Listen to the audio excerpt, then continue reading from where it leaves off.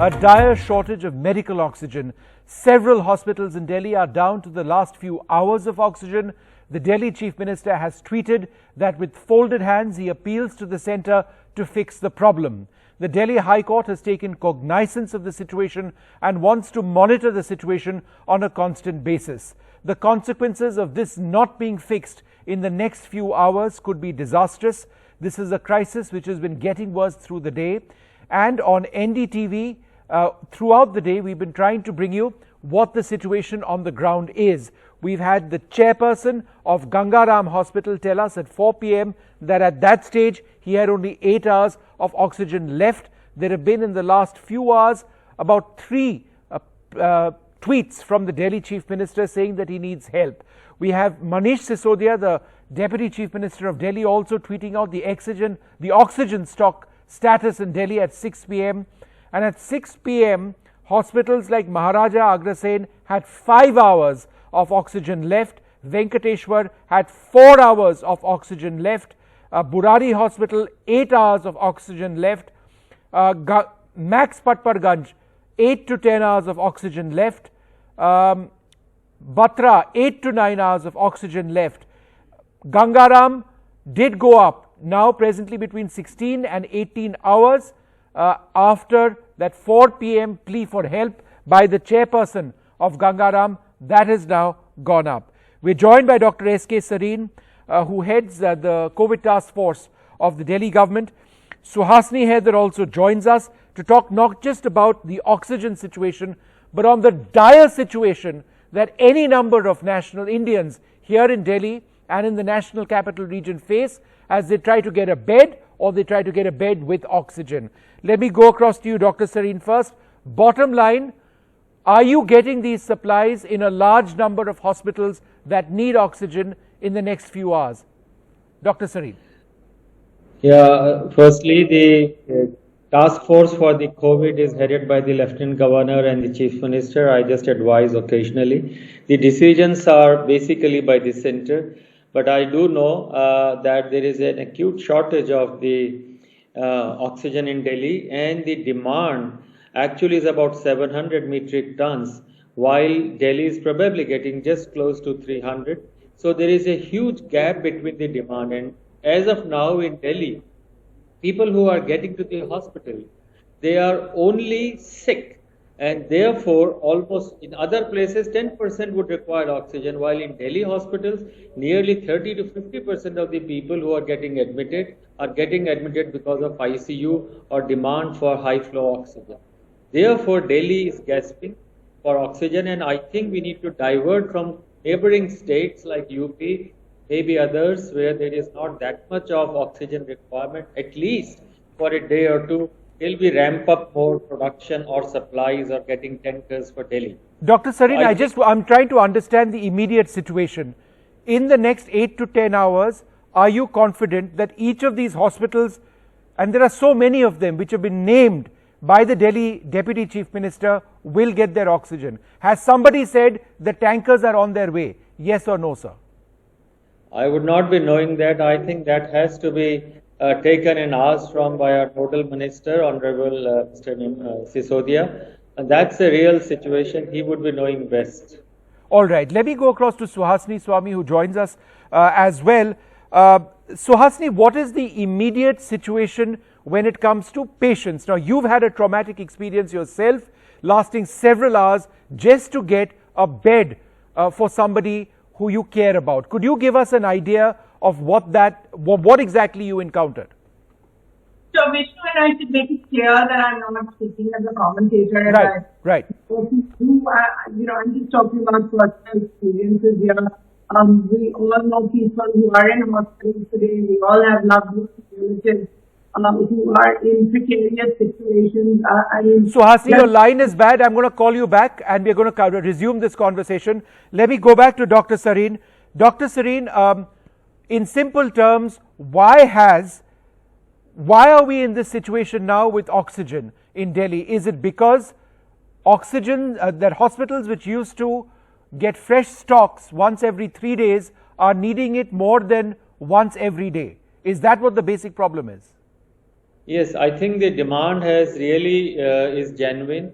There is a need and number of people who are getting admitted. You see the surge in Delhi, compared to Maharashtra or anywhere else, the surge is faster. Patients are sicker, and there is a need. And oxygen is the main supply in treatment of COVID. So I think there is a need, and we need to fulfill that need. Like oxygen concentrators, which were earlier giving good amount of oxygen, they are also not available. They are only giving 5 liters or so. So the demand for oxygen and supply, there is a huge gap. And also the sicker patients, you earlier had surge. Now we would be seeing. Okay, Dr. Sareen, I'm interrupting you because we've got Dr. D.S. Rana, the chairperson of the Board of Management at Sir Gangaram Hospital. Sir, thank you very much for being with us. We spoke at 4 p.m.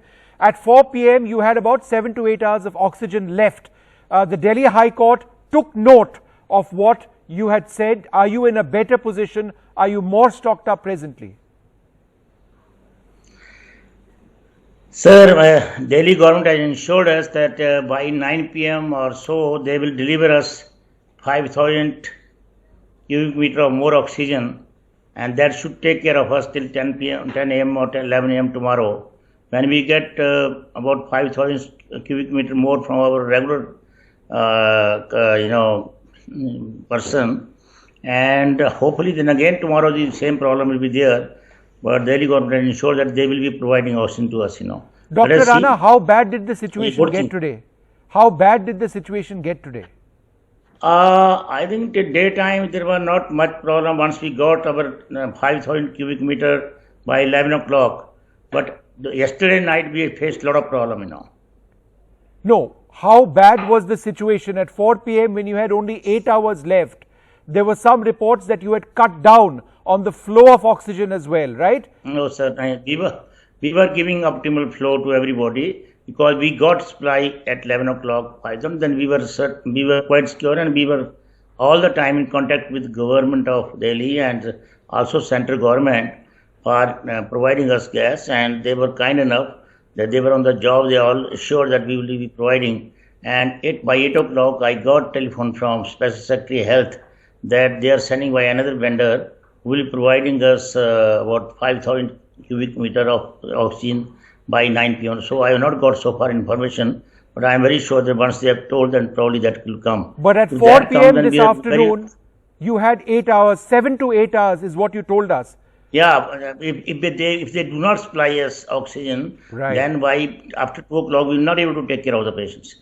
All right. So you were in a situation today where you were looking at hours, and if there was no oxygen, your patients would be in trouble. Right. Since morning we are the whole administration of that job only. I was sitting in the hospital. I just came only 10 minutes back to the home. And I think it was very important. If let us say we were on our job, we are not pressing it, and we are not getting oxygen, lots of our people would have, lots of our patients will lose their lives actually. Because as Dr. Sivsrin just told that actually, in fact, the most important treatment line is oxygen. Whether remdesivir is available or not, that doesn't matter much, but oxygen is required actually. Were you worried sometime today, Dr. Rana, that by the end of the day, there could be patients who may lose their lives for want of oxygen? In your own head, were you worried? We were all the time worried till 8 p.m. today. You were when I got telephone from Mr. Udit, who is Special Secretary Health, that they are going to supply oxygen tonight. But yet I have not got that supply. But once if we get that supply, we have not yet got, once if we get that supply, we will be very comfortable in taking care of our patient till 9 o'clock tomorrow. Well, that's great to know. Hopefully that should be on its way since you've been given an assurance. Suhasini, sorry, the line was bad. You were telling us about the experience that you went through. Go ahead. So, as I said, I'm speaking only in my personal capacity of what I've seen, but Vishnu, hearing Dr. Rana, he's absolutely right. Oxygen is the difference between life and death. It's the difference between whether you get a bed or not today in hospitals, and I'll explain why. I was taking a family member, trying to get them into a hospital. It took us close to 9 hours eventually between the time they were diagnosed and we saw oxygen levels go down. This is an 85-year-old person. There were many people trying to help. This is the worst part. You heard Dr. Rana there. So many people trying to help you, but completely helpless themselves because there are no beds to find. There is no oxygen in a lot of these places. If you go to most places, they'll tell you we cannot take a patient if they need to go to an ICU because we don't have beds with ventilators. We don't have beds that have that kind of oxygen. If you try to even get home care, we were told really we can do home care, but not if the patient needs oxygen. Now, in the coronavirus situation, all serious cases need oxygen. What we're doing over here by not having seen this situation develop, and it has been developing, you and I have seen the numbers develop for the last month. What we're doing here is we're letting down our doctors and our nurses because they are trying to do the best they can, but they cannot do it without oxygen.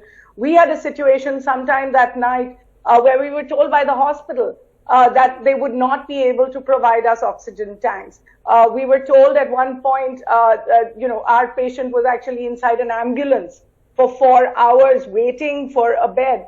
And we were told that the oxygen was going to run out inside that ambulance as well. At one point, I was told by a doctor that maybe it's better if you can get a personal oxygen concentrator and bring it to the hospital, even though it's not as effective. So I'm just trying to make the point that oxygen is really the difference between life and death. We heard the Prime Minister say a little while ago that now things are being put into process.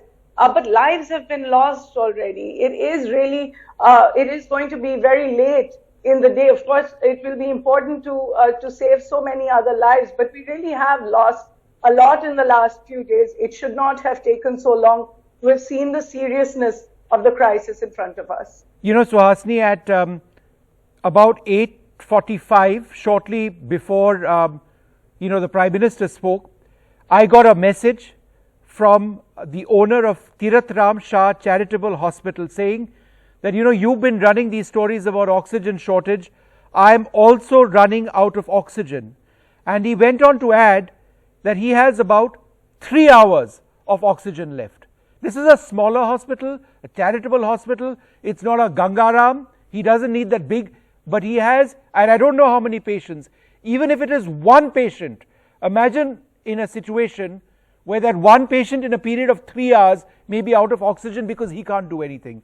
We've conveyed his message to the Delhi government, who is now looking into this. This was 8:45, just about half an hour back, that this message was there. I'm also joined at this stage by Mitali Mukherjee. She's a journalist, doesn't join us in her capacity as a journalist. She is going through an extremely traumatic time right now. Could you tell us, Mitali, firstly, thank you for speaking to us. You're in a very difficult time with your family. What exactly have you experienced in the last few days? Vishnu, I think the first big problem here is that this is affecting entire families. In that sense, it's different from what happened last year around. So for me personally, it's my entire family, my parents, my in-laws, my husband, my child, everyone has tested negative. That's point number one. The second thing has tested positive. Yes, sorry. The other problem is testing itself, Vishnu. We are now moving into 72-hour cycles, which is making the period of confirmation versus the period of actually attending to this medically much, much longer. That in itself causes intense stress and strain because, for some of the patients that I am caring for, the escalation happens within the first 2 or 3 days. Having said that, Vishnu, I would also like to sort of, point out that I am aware very much of the fact that I am better off than many, many other people in our country who are struggling with far more than what it is I'm dealing with. I mean, I have the wherewithal to get the medical help and the medical advice I need. And I know there are people out there who have even less than that. Natalia, what did you encounter when you tried to get a hospital bed? So this is for an extended family friend who is quite serious. There is quite a bit of lung damage, so they needed a hospital bed. The answer is that we didn't get it. We've inquired after many places right now. And going through the process, Vishnu, there's just a couple of things I wanted to raise. One is the fact that social media is a great amplifier, but it's also a very noisy space. You're not getting clear and concise guidance or directions. And I know for many people, it's almost like a space of last resort. We've seen that on our Twitter timelines. People are begging for an injection, for medication, for a bed. So there is information coming in. It could be half-baked, it could be untrue, it could also be baked. And all that is very dangerous. The second point is my plea to people who are on that platform and are trying to help, particularly people who may have some political sort of roots, which is how they're trying to help get access to any other support. Please don't play doctor. This is the time that we really need to respect science. So when someone is coming out with a plea for a hospital bed, it really is because they're being told, medically advised to do that. Nobody wants to be in a hospital right now, Vishnu. And the third issue I wanted to quickly flag is the fact that we really need to relook our testing models. With this particular mutant version, we're getting a lot of false negatives coming up. So in my case, for example, one of the reasons we've got to know is because it's a false negative. The patient cannot be admitted in a hospital till we don't have a COVID positive report. The hospital realizes all the signs are pointing to COVID, so they can't put them in a general ward. But because of very, very stringent regulations, they can't put them in the COVID ward with a negative report because they will be pulled up for it. We need to find a solution around it. That's such an important point, Mitali. We'll come back to you in a moment. But Dr. Sareen, you want to take that? What does somebody do with a false negative? There are so many people who've got fever, who aren't able to breathe. They haven't been able to get a test. It takes several days. There are others who've got a test, who've got all the symptoms and yet cannot be put in a hospital because you cannot put them in a COVID ward and you cannot put them in any other ward either. What do these people do? Well, this is a real challenge because right now the type of virus that we are seeing in India and especially in Delhi, what I can say, there is a large proportion of patients who have what we call as severe acute respiratory illness, which is like COVID, but the tests do not come positive. Sometimes our testing methods are not adequate because the virus has mutated and we don't have new kits. Second, maybe it takes longer time. Thirdly, the samples, there are so many people getting tested. So you're not sure the guy who is taking sample has taken it and processed it early. So I would suggest we should certainly take help in a sick patient of a CT scan or other inflammatory markers. And if he is sick enough, we should keep him in a suspect area. Do not deny admission to such a patient who has symptoms. He has not come for COVID. He has come for an illness.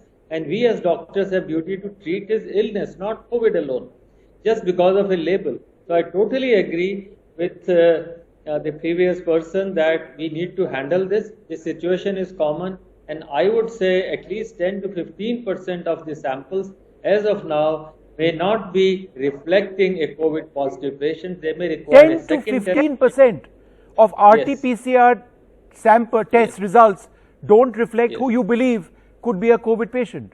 10 to 15%. Yes. So then when we keep saying gold standard for RT-PCR, is it something that clinically no longer applies? Well, a gold standard means 100% 24 karat gold, but you may have 20 karat or you may have 16 karat. RT-PCR right now, the way we are doing, and it was always dependent upon the type of sample from where you have taken. So that's important. So Dr. Sareen, I'm interrupting you because I need to resume this conversation after this short break. We're going to take a short break, look at the alarming situation, and we're going to extend this, looking not just at Delhi, but also other parts of the country where again, oxygen availability, a real crisis. Stay tuned.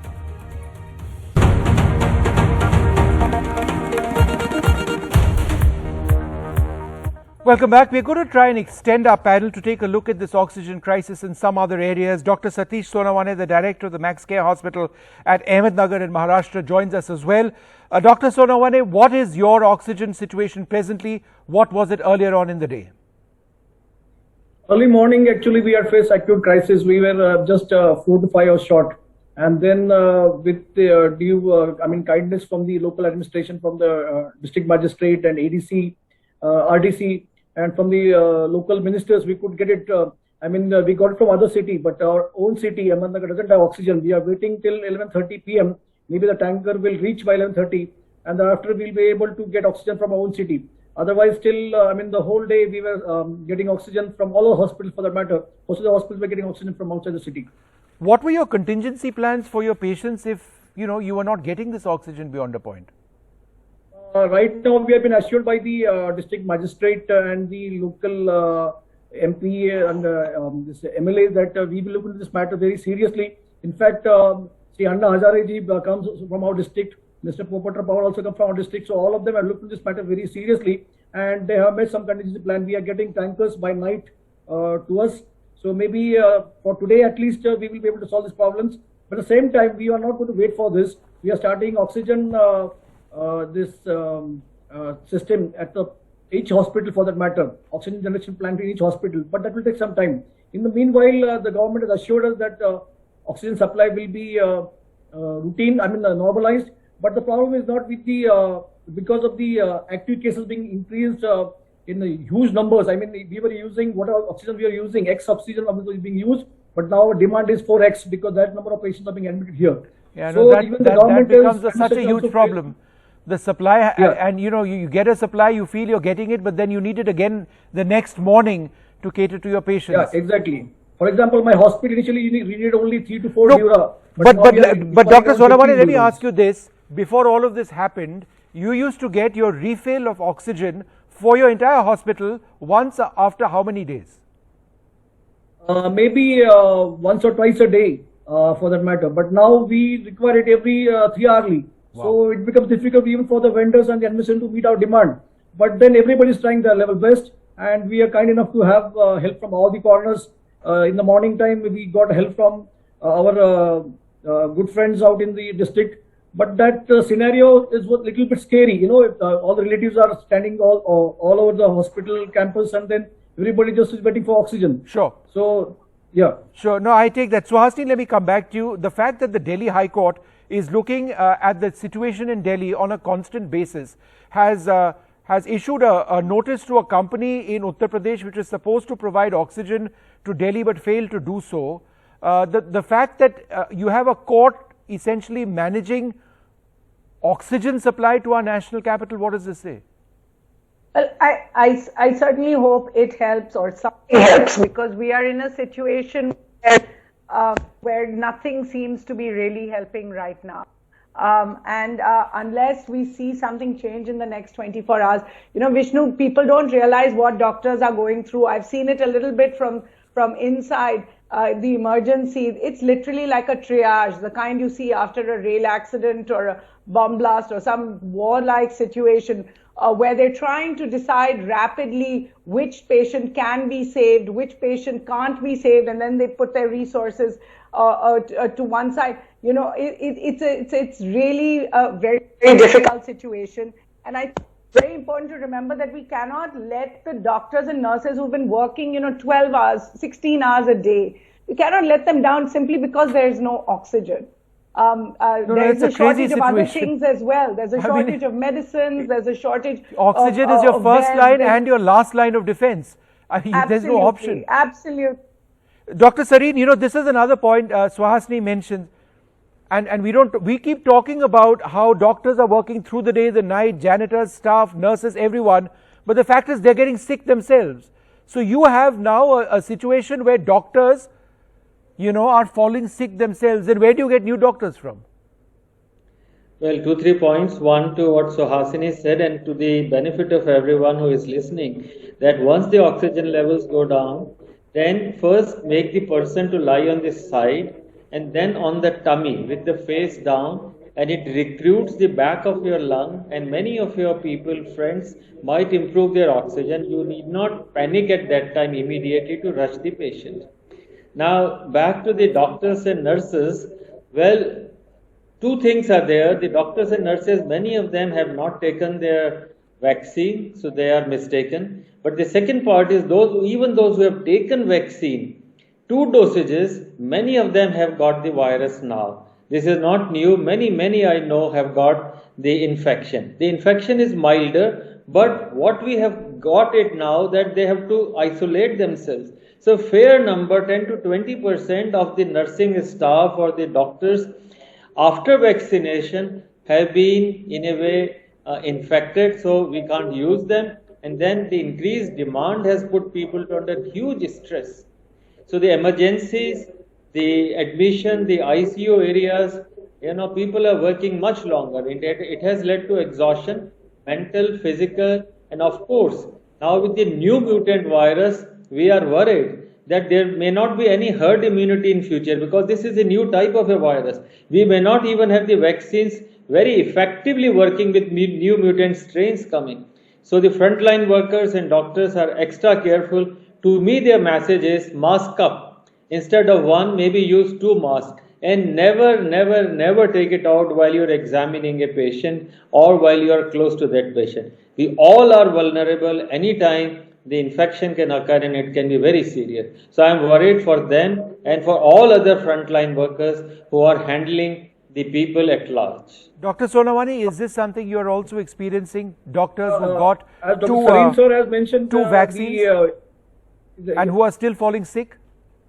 The healthcare workers who are falling sick even after double doses of vaccines. But the good thing is that they're not, getting serious kind of pneumonia, and the mortality as such is very less in these patients who are having already double doses. I do agree double nutrition is coming up, but still I believe this vaccine is working because not many patients who, even the frontline workers who have been detected positive after 2 doses of vaccines are not really serious. They get infected, but they are isolated, and with home isolation also they get cured of the vaccine by treatment even at home. I am really surprised to see if any patients get hospitalized and getting critical after taking 2 doses of vaccine. So vaccine does work, that's what I believe. All right, and there's no two ways about it. Vaccination has to be encouraged. The antibodies that you develop, the resistance that you develop is so crucial in fighting ahead. So that is something we just have to encourage. And hopefully we'll get many more vaccines sooner than later. I want to go up to, address what people on the ground are experiencing. By that I mean people across the country getting oxygen, going to hospitals. So we've got a few voices joining us now. But one final question from Mitali. What did you encounter when you tried to get a hospital bed? One person that I know is trying to source oxygen itself. That has been difficult, particularly in the last 48 hours. But I am hearing anecdotally as well, Vishnu, that oxygen is a problem not just for people to source at home. Obviously that's very difficult, but also in hospitals where it does seem to be running short. All right. Thank you so much, Mitali, for sharing those details with us, and hopefully things will improve for you and your family in the next couple of days. Let's just hope that takes place. Well, we're joined by Deepak Kumar, who joins us from Patna, also joined by Swarnim and Isha, who have very sadly lost their father of COVID-19. Deepak, let me go across to Swarnim and Isha first. Swarnim, what was the big problem in hospitalization and in finding oxygen? So, first of all, we contacted every government hospital, including the AIMS, PMCH and all the hospitals. We found that there are no COVID bed available. We contacted many private hospitals. They were not ready to accept because they were saying that they are left with no beds. We finally found one hospital with a bed, and after a few days my father got admitted on 14th of April, but after a few days on 17th we got to know from the hospital administration that DM has instructed that only government hospitals will be getting the oxygen supplies. It is very unfair if we are not providing government hospitals, and if authorized private COVID centers are not getting enough oxygen, how will the patients will make? My father had no previous illness, any case of illness, but died due to the insufficient supply of oxygen. That was the case. Sorry about this. I don't even know what to ask you. But what could you tell people who are watching this program? Is there anything you can share, what you've learned on this experience? Anything at all? I really honestly don't know what to ask you after what I heard. I can only say it's a lack of medical infrastructure, lack of government support, that we were not able to find oxygen because the state officials are saying that don't provide oxygen to private hospitals. So it's kind of situation like that if you are authorizing any center to provide to be a COVID-19 center for treatment, and then you are saying that no, there will be no oxygen, and you are saying that patients to leave. My father died only because of this, because he didn't got oxygen on time. This was the only reason. Isha, do you want to say anything? I'm so sorry for what you've had to suffer in your lives, and I just hope that you can overcome this terrible loss. And thank you so much for your courage in speaking to us. I'm so sorry for what you've had to go through, and you are so courageous for speaking to us. Thank you. I'm going to try and get another voice in. Deepak Kumar also joining us from Patna. He's had a very difficult experience. Deepak ji, what were some of the big problems that you had? Hospitals के problem हुए थे आपके लिए, और oxygen का supply का problem हुआ था, क्या हुआ था बताइए? सर, ऑक्सीजन की प्रॉब्लम की सप्लाई थी सबसे पहले तो, और 6:30 बजे सुबह हमें कॉल किया गया और बताया गया कि हमारे पास सिर्फ 1 घंटे का ऑक्सीजन सप्लाई है, and we are not getting any supply of oxygen for the private hospitals from the DM office. They have called me. So we rushed to the other hospitals like AIIMS and other private hospitals.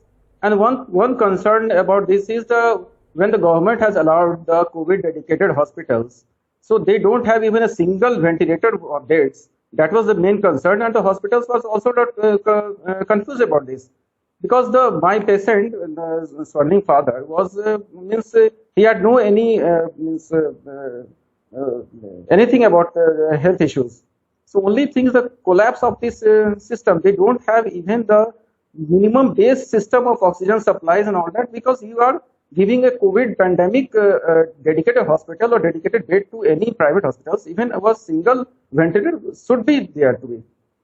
So we rushed to here and there, and we lost our relative life. Nothing to say. It's a totally collapse of system. Right, Deepak, it's very bad. It's very bad. It's just terrible what you've all had to go through. Thank you so much for sharing that. What we'd like to also do is give you visuals of what exactly is taking place in some of our hospitals. We are flitting from state to state. We've discussed the situation in Bihar, returning now to the situation in the national capital region and what people are having to go through in this fight to breathe in our hospitals.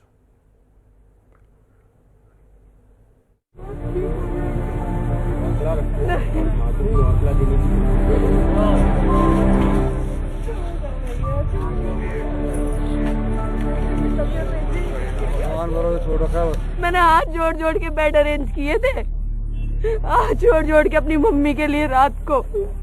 मैं मोदी जी से पूछना चाहती हूँ, मैं अमित शाह से पूछना चाहती हूँ, बंगाल में रैलियां कर रहे हैं वो, यहाँ क्या पेशेंट मर रहे हैं, इनको दिखाई नहीं देता.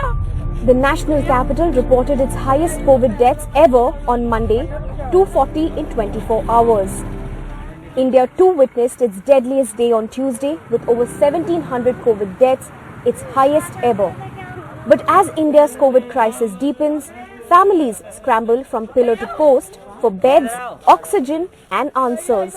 मैं LNJP से यहाँ पे रेफर किया था. यहाँ पे रेफर करने के बाद सुबह मैं यहाँ पे आया, 3 बजे मेरे पापा को एडमिशन किया. मैंने हाथ पैर जोड़ के मैंने कहा ये मेरे परसों की बात है और है ना, कहा जाए ना, मेरे पापा की डेथ हो गई है.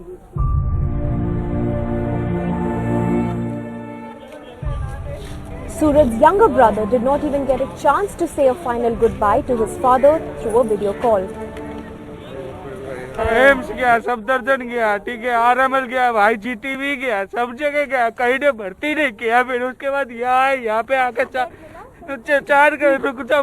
4 घंटे में खड़ा रहा एम्बुलेंस में. एम्बुलेंस वाला कह रहा भाई जब तक भर्ती नहीं करेगा मैं यही रखूंगा एम्बुलेंस. बाद में जाके कोई एक सीनियर आया, उसने कहा चलो इनको अंदर ले जाओ, ज्यादा तबीयत खराब हो रही है. फिर अंदर ले गए. उसके बाद 3 दिन तक 4 दिन तक कोई डैशबोर्ड वाले खबर ही नहीं दे रहे कि कहाँ है पेशेंट, कहाँ पे गया है, कुछ नहीं बता रहे. सुबह से लगे पड़े, कह रहे मेरा डाटा नहीं चल रहा है, अपडेट नहीं हो रही है, एप्लीकेशन नहीं हो रही है. फिर अब जाके SDM आया तो उसने लिखा, फिर उसके बाद ले गया ऊपर, और फिर नीचे कोई आया, उसने कहा तुम्हारे डैडी एक्सपायर हो गए रात में. और अब जाके बताया.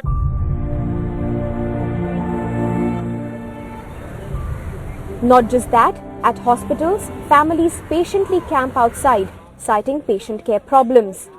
यहाँ पे अंदर देखभाल के लिए अगर मानता हूँ कि अंदर पेशेंट हैगा, आप उसको जाने नहीं देते हैं, तो अंदर खाना खिलाने के लिए, टॉयलेट कराने के लिए कोई तो होना चाहिए। यहाँ पे मैं संडे के दिन सुबह करीब 6 बजे में आ गया था, सही है। 6 बजे से मैंने यहाँ पे देखा है एक भी पेशेंट ठीक होके नहीं जा रहा है। जो अंदर जा रहा है मैडम वो मट्टी ही आ रही है, मर रहा है आदमी। छोटे छोटे बच्चे हैं। अरविंद केजरीवाल से मैं हाथ जोड़ता हूँ कि क्लियर करो कि केयर नहीं होती यहाँ पे अस्पताल के अंदर। कोई नहीं देखने वाला, यहाँ कोई नहीं है। As India continues to fight an unprecedented medical emergency with an already overburdened staff, many grieving families continue to gasp for breath and a bed. With camera person Sushil Rathi in Delhi, Shanakshi Chakravarti for NDTV. Well, that gives you an idea of how people are suffering in just trying to get help in hospitals. Joining us now from Lucknow as we keep travelling nationwide, Colonel Fasi Ahmed.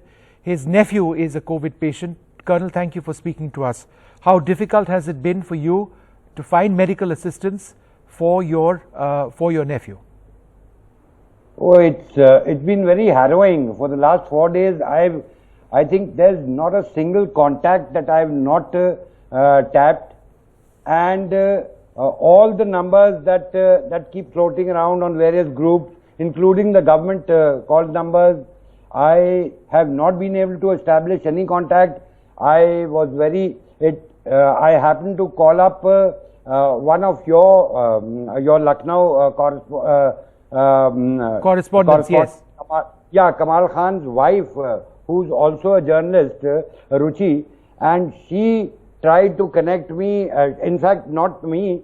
She got in touch with the command center or whatever you call that, which frankly is a defunct system. There is nobody responding there. All those numbers are mere display numbers that the whole world is looking at. Otherwise, there's nothing in the form of help that is coming. People are, in fact, I'll tell you, for 2 days we've been running around, despite the fact that Ruchi was helping me get in touch. In fact, she was the conduit between us and the CMO, DM and the ACMO. But the fact is, ultimately in the night, we managed to, yesterday, in the evening, we managed to rig up our own, somebody from the family got a bed allotted in Barabanki. The hospital's name is Hind.